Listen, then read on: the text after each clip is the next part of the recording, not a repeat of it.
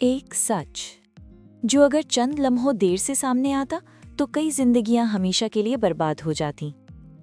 आज की कहानी है इल्जाम, कुर्बानी और एक ऐसी हिम्मत की जिसने अंजाम बदल कर रख दिया।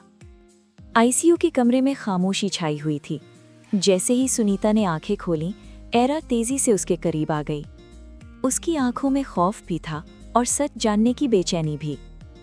एरा लरसती हुई आवाज में बोली, सुनीता, मुझे सच बताओ, उस रात तुम्हारे साथ क्या हुआ था? क्या वाकई कामयार कसूरवार है? सुनीता के हाथ कांपने लगते हैं, सांस बोझल हो जाती है और वो धीमी मगर मजबूत आवाज में कहती है, नहीं, कामयार बेगुनाह है।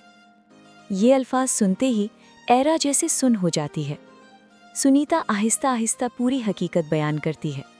वो बताती है कि खावर ने दौलत और शादी का झूठा सहारा देकर कामयार के मशरूब में नशा मिलाया था ताकि एरा को उससे दूर कर सके। लेकिन जब उसका मकसद पूरा हो गया तो खावर ने सुनीता को मारने की कोशिश की ताकि ये राज कभी दुनिया के सामने ना आ सके। ये सब सुनकर एरा की आंखों से आंसू बहने लगते हैं। उधर घर में इरफान साहब बगैर किसी सवाल के एरा की शादी खावर से तय करने पर जिद किए हुए होते हैं। इसी दौरान खावर खुद भी वहां आ जाता है।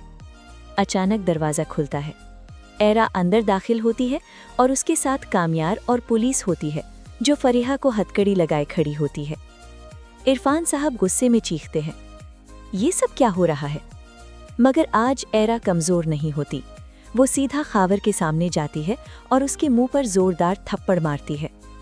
अब आंखें खोलें पापा, जिसे आप मेरा मुहाफिज समझते रहे वो दरअसल एक संगदिल मुजरिम है।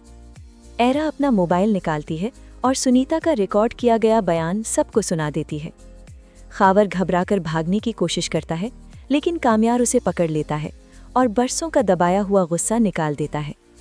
अचानक फरीहा चीखती हुई आगे बढ़ती है, कामयार, तुम एरा की नहीं हो सकते। अगर वो मेरी नहीं तो फिर किसी की भी नहीं।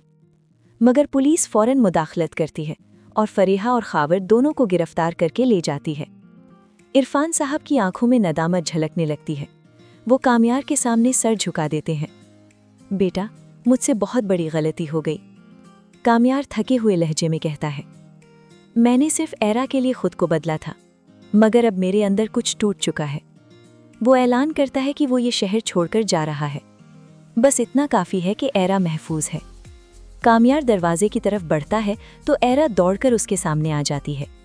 वो घुटनों पर बैठ जाती है, उसका हाथ थामकर रोते हुए कहती है, अगर तुम चले गए तो मेरी सांसें रुक जाएंगी। मुझे सजा दे दो, मगर मुझे छोड़कर मत जाओ। एरा की आंखों की बेबसी कामयार के दिल को पिघला देती है। वो आहिस्ता से कहता है, तुम ही मेरी जिंदगी हो एरा, मैं तुम्हारे बगैर कुछ भी नहीं। इरफान साहब आगे बढ़कर कामयार को गले लगा लेते हैं और फैसला सुनाते हैं, आज ही तुम दोनों का निकाह होगा। चंद ही लम्हों में मौलवी साहब आ जाते हैं और भरी महफिल के बीच कामयार और एरा एक नए रिश्ते में बंध जाते हैं। खुशी और आंसू एक साथ बहते हैं। आखिरकार सच जीत जाता है। अब सवाल ये है कि क्या खावर अपने अंजाम को कबूल करेगा या कहानी में अभी कोई नया मोड़ बाकी है? और एक बात सोचने वाली है, क्या इस कहानी का असल हीरो कामयार है या वो सुनीता जिसने अपनी जान खतरे में डालकर सच का साथ दिया? आपकी राय हमारे लिए बहुत अहम है। कमेंट्स में ज़रूर बताएं। अगर आपको ये वीडियो पसंद आई हो तो चैनल को सब्सक्राइब करें, वीडियो को लाइक करें और अपने दोस्तों के साथ शेयर करना मत भूलिए। मिलते हैं अगली कहानी के साथ। तब तक इजाज़त दीजिए।